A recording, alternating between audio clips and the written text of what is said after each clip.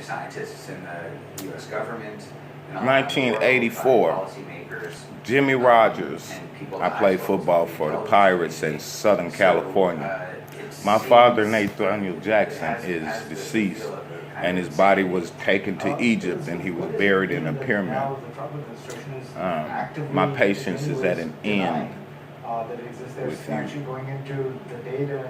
We will not be financing militia groups all across the world and not paying our debts that we owe to the people.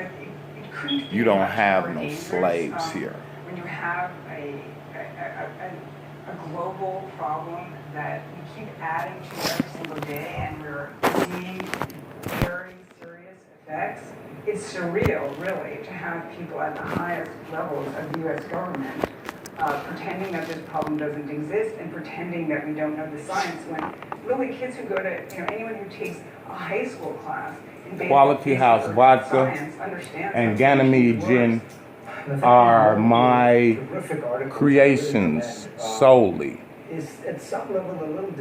We don't have to do anything, and they need to pay something on all of the debts that they owe us. De Novo owns these property groups. Midpoint has those three little spots. The problems seem too distant, too far in the future. But now it seems as though there is. I don't know why you would think you could get what we filed. Revolution. There is solar energy and wind, all very small, I understand. But do you look at your people were put into a trust, half full in any way, or and that is not it. Rewriting it leave you particularly dispirited?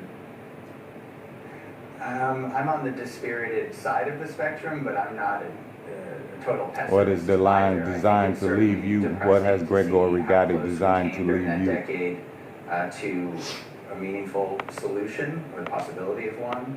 And I think it's also dispiriting to see how a bunch of people. I don't like Russian dissidents in the United States talking shit. I don't like Cuban dissidents in the United States talking stuff for nothing.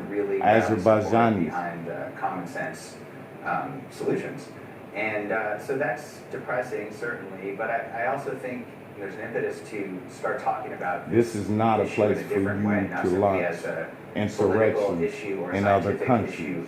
But as a human issue, which is to say a moral issue. And I think that's only just beginning to happen, but I think that's where the conversation needs to go in order to rally the kind of support that's necessary for major transformational changes in our economy. Elizabeth, do you agree with that? Is Nathaniel right that the only way you could do that is not by just appealing to self-interest, but by appealing to a broader interest, a human, a global interest, moral interest? I certainly Gupta is dead. Issue. I certainly think that's a very powerful.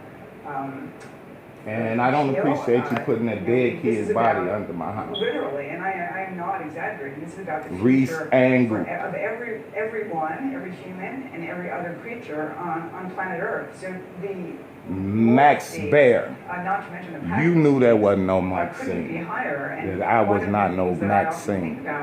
So whatever you're talking about, they're still producing sarin and still Tabana. actively trying to prevent action on climate change. And what do they think when they like the Bhopal incident that they orchestrated? And the kind of planet we don't have time to leading entertain the circuitous I routes I through really politics. would like to ask some of the big funders of climate denialism, how they look at how they face their grandkids. Meet the press. What gives me some optimism is that if you look at any kind of major social issue where society has gone through a major transformation, so I think of, for instance, the civil rights era, or the recent developments in things like gay marriage, or now the way we're talking about gun violence in the U.S. Ain't nobody, two men get married in church. No, hell no. Imperative. You go to the justice of the peace. And I think it gives me some hope that hasn't really been attempted with this issue, and it seems to me inevitable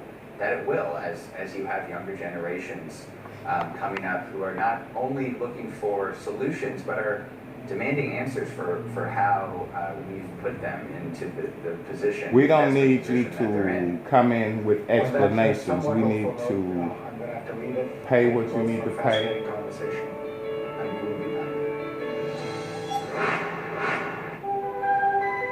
Casper, the company bringing bedtime back to millions of happy sleepers.